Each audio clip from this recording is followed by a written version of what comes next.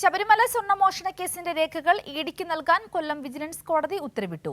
ED സമാന്തര അന്വേഷണം നടത്തുന്നത് SIT അന്വേഷണത്തെ ബാധിക്കുമെന്നതാണ് പ്രോസിക്യൂഷന്റെ വാദം.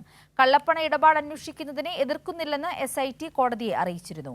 മുഴുവൻ രേഖകളും കൈമാറുന്നത് തെളിവുകൾ നശിപ്പിക്കുവാൻ സാധ്യതയുണ്ടെന്നും SIT വാദിച്ചു.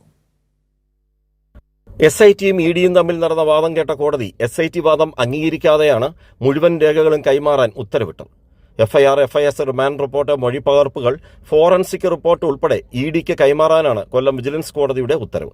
ശബരിമല സ്വർണ്ണമോഷണ കേസിൽ കള്ളപ്പണ ഇടപാട് അന്വേഷിക്കാനാണ് ഇഡി മുന്നോട്ട് വന്നത്. ഹൈക്കോടതി അനുമതിയോടെ കേസിന്റെ രേഖകൾ ആവശ്യപ്പെട്ടുള്ള ഹർജി ഇഡി അഭിഭാഷകൻ വിജിലൻസ് കോടതിയിൽ സമർപ്പിച്ചിരുന്നു. കള്ളപ്പണ ഇടപാട് പരിശോധിക്കുന്നതിൽ എതിർപ്പില്ല, എന്നാൽ സമാന്തര അന്വേഷണം വേണ്ട എന്ന നിലപാടായിരുന്നു SITയുടേത്.